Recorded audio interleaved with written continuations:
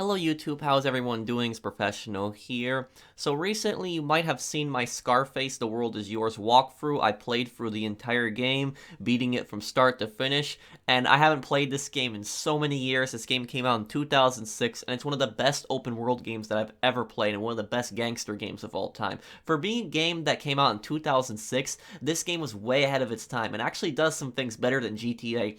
And in this video, I'm not going to be, doing that rumor nonsense because a lot of YouTubers, they go off that GTA 6 rumors like crazy. Instead, what I'm going to do is I'm going to talk about what I love about Scarface The World Is Yours, why I think it's such a great game, and I'm going to talk about what GTA 6 can learn from this game because, like I said, for being a 2006 game, this game was way ahead of its time, and a lot of people that watched my walkthrough of this game had no idea that this game even existed. They loved the movie, but didn't know that there was a game, based on the movie. The game, amazing movie too, and I don't think a lot of people, realize just how much Scarface has impacted GTA. Scarface has influenced GTA heavily. The movie that came out in 1983 inspired the creation of GTA Vice City. Vice City is based on Miami in the 1980s. Scarface set in Miami in the 1980s. Both Vice City and Scarface revolve around drug deals. Well, that was a huge part of the game, and Vice City was the drug deal at the start of it. Vice City stories also is heavily on the drug trade. So that's where, they got the setting for Vice City from. And if the next GTA game is in Vice City, which, chances are it's one of the locations because they still have Vice City, they have San Fierro, Las Venturas, they could definitely, add some elements from this game. And I think that they actually added some elements into the further GTA games from this game and were inspired from this game because there's some things that are very similar to what we have now currently in the GTA games. So let me show you guys what I'm talking about here. So this map that we're currently in, this is Miami, and Miami is comprised of several islands in this game, and it's put into 5 districts. We have the Industrial District, we have Little Havana, we have Downtown, we have South Beach, and we have North Beach. Right now what we're doing is we're doing a Felix lead, and Felix leads are basically like missions that you have, and they're kind of like random events also. You go to a specific location, you protect somebody, you kill somebody. Once we do that, we get a tip for, a large supplier. So right now we're going to be purchasing $250,000 worth of cocaine. So we're going to be meeting with the supplier, and we're going to be taking a plane to the islands. And this is the second portion of the map in Scarface, because you have Miami, and then you have the islands. And this is what I love about the map in this game, is that it's pretty unique. You have Miami, a big, city, but then you have the islands, and the islands are, they are full of pirates and different kinds of gangs. They have a very different system than Miami, and there's no cops on the islands, but the pirates, they are a main threat here. So we're on the islands right here, and we're meeting up with the supplier. So we're going to be making this pretty big deal here. We talk to the supplier, and we have this mini game in this game, and we're going to be purchasing, 30 kilograms of cocaine, and basically what you do is you hold down T right here. I'm on the PC, so it would vary if you're playing on the console, but you hold down T right there, and you get the better deal that's at the end right there. But if you mess this up, you can get no deal, and the supplier can actually try to kill you. So once we purchase the drugs, what we're going to be doing is we're talking to the supplier's bodyguard. And the bodyguard is going to be putting the 30 kilograms that we just purchased onto one of our boats, and we're putting it on the speedboat. Now we have to take this speedboat back to Miami. So this is the islands. This is what the map looks like on the islands. Several islands right here. We're going to be taking the drugs on the boat all the way back to Miami. Now we have to avoid the pirates. You can use so many of your custom boats, so there's a lot of custom boats that you can use. And, this is what I liked about this game, is that you can use, your own vehicles for, the drug business. In GTA Online, there's not that many businesses that you can use a custom vehicle in. The closest thing we have the nightclub, and the nightclub, only has like, 3 vehicles. But, here we can use a custom boat to transport it. So, if we have a pretty good speedboat, we can use that. So right now we're getting chased by the pirates, and we're going to be getting out of here. We're going back to Miami. And once we are in Miami right here, we cross the border, we're in Miami, we can choose where, where to appear in Miami. And I'm going to be choosing right here south. We can choose to take it to 4 of our storehouses. Each, district besides the industrial district has a storehouse. You take these over as you progress through the game. So we take it to the storehouse here, but it's not over yet because we have to avoid the Coast Guard. So we have to avoid the Coast Guard, we take it to our storehouse, and we sneak it in. And this is what I like about Scarface The World Is Yours. I love that crime element. You travel all the way to the islands, you make this big drug deal, you meet with the supplier, you load it on the boat, then you take it all the way, back to Miami, you smuggle it to your storehouse. And, this is what GTA should be doing, is it should be focusing on the criminal aspect. This game, has some weaponized vehicles, not that much, has a Humvee with a machine gun, and I can't really think of anything else. Oh yeah, there's an attack boat also with a machine gun on it. But, it doesn't really have any weaponized vehicles, definitely not any futuristic vehicles, but it's an awesome game, and it makes you feel like a big-time gangster when you play this game. It's what I like about this game. It has that criminal aspect, and you do feel like you're playing as Tony Montana. You feel like you're playing as a legendary gangster from the movie when you're playing it. So, right here, we loaded the storehouse of coke. So the storehouse loaded with that 30 kilograms of coke, and now we're ready to begin distribution. So we go right here to the storehouse, Miami distribution. And what we're going to be doing is we're going to be choosing one of our vehicles. So I'm going to be choosing this vehicle right here. Tony also has a bodyguard with him, and we're going to be going to each of our businesses. There have been several businesses that I've purchased. You guys have probably seen it in the walkthrough. This is essential to the story, but it's also essential to making money in this game. So you purchase all the businesses in each district except the industrial district,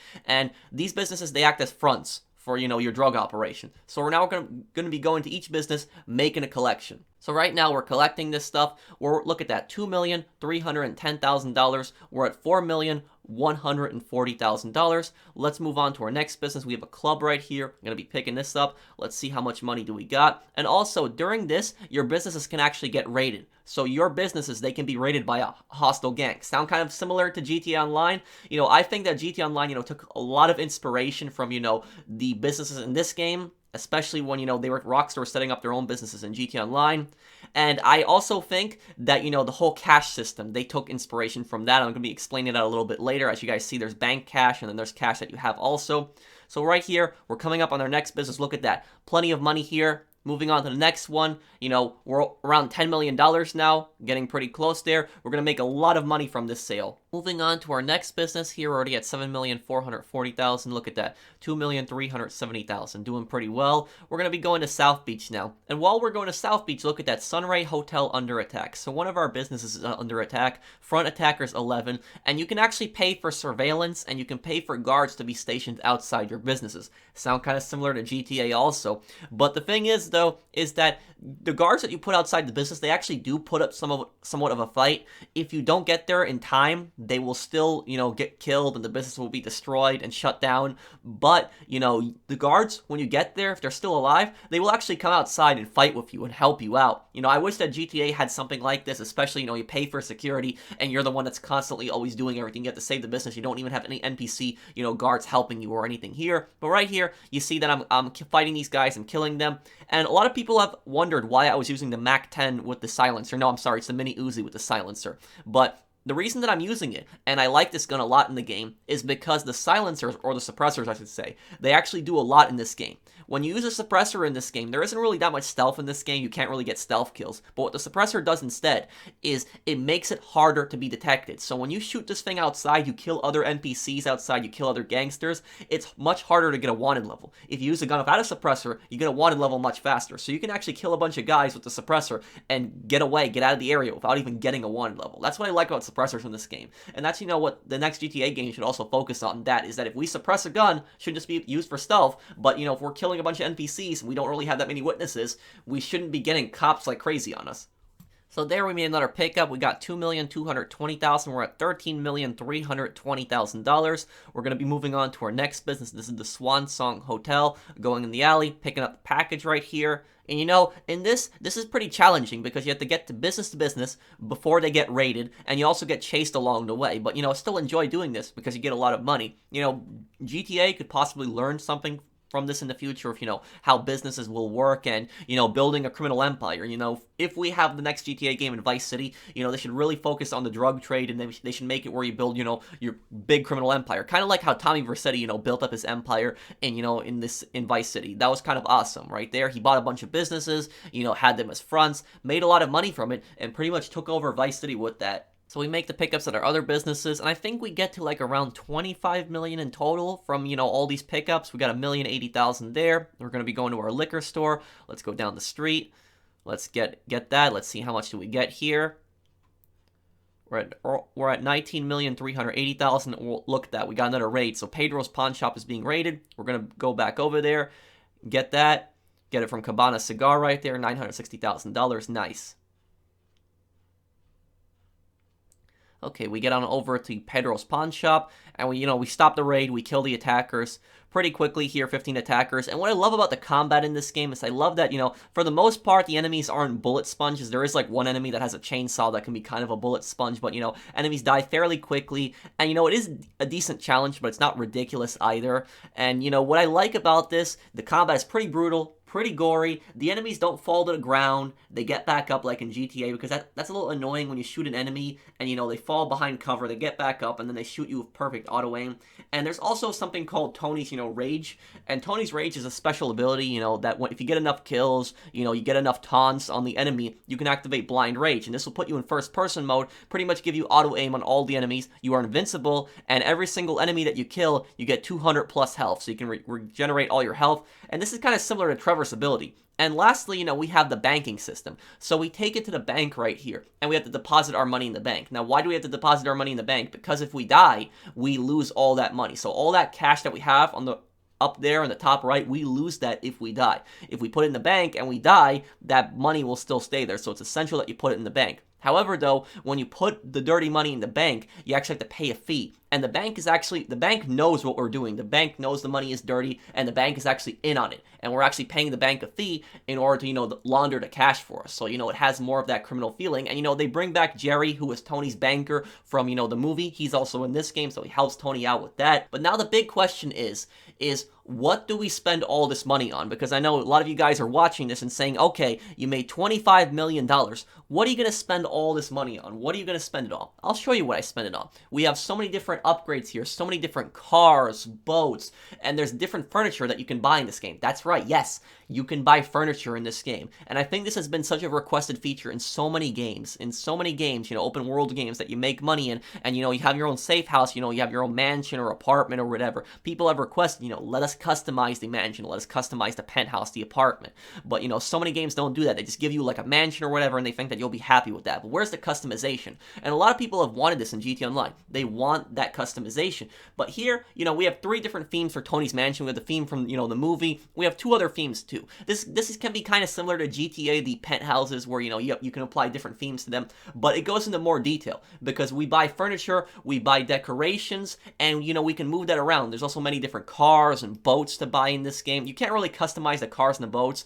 They just come the way they are. But there is plenty of vehicles to buy in this game, and they're pretty unique. A lot of the vehicles are unique in this game, and we can choose specifically where to put the decorations, where to put the furniture. Some of the items you can interact with, some of them, they're just cosmetic displays.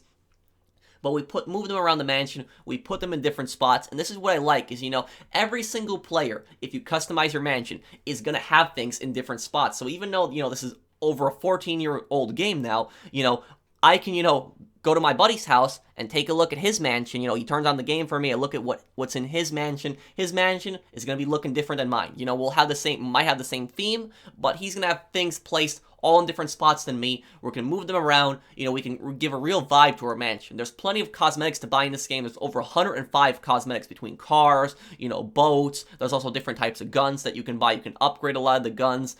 There's just so much stuff that you can buy in this game. Once you buy everything, I do kind of admit it can get boring when you buy everything, but for being a 2006 game, pretty big open world, unique map, so many things that you can buy, so much stuff that you can spend your money on. Why is there still no mansion customization in GTA games? A lot of people have been asking that, but for a 2006 game, it accomplished all of that, made you feel like the big badass Tony Montana right there. You feel like you're the gangster right there. Great game, and also this game is an amazing story. The story isn't that long, but the story is amazing. I'm not really going to talk much about the story. The only thing I'll say about it is that it picks up right after the movie. Instead of Tony dying, he actually survives and goes after the people that wronged him. I have that all in my walkthrough. I'll have that linked in a playlist at the end here. But let me know, what do you guys think of this game? Have you guys played this game? Because I've read a lot of comments where people have told me that they played this game as kids and they remember how awesome this game is. So I hope that you guys enjoyed this one, and I hope that this video has taught people to appreciate this game. A lot of people that didn't know about it. I hope that you give this game a try. On PC it might be a little bit difficult to get, because there's not really a website that you can download it from. It's not on Steam. You have to buy the disc if you want to play it on PC. On the Xbox, the original and the PS2, it runs better. The PC version can be a little difficult to run. But great game. Give this game a try, or at least watch my walkthrough. I think a lot of you guys will enjoy it. So I hope that you guys enjoyed the video. Let me know what you think down below, and I'll see you guys in the next one. Take care, everyone.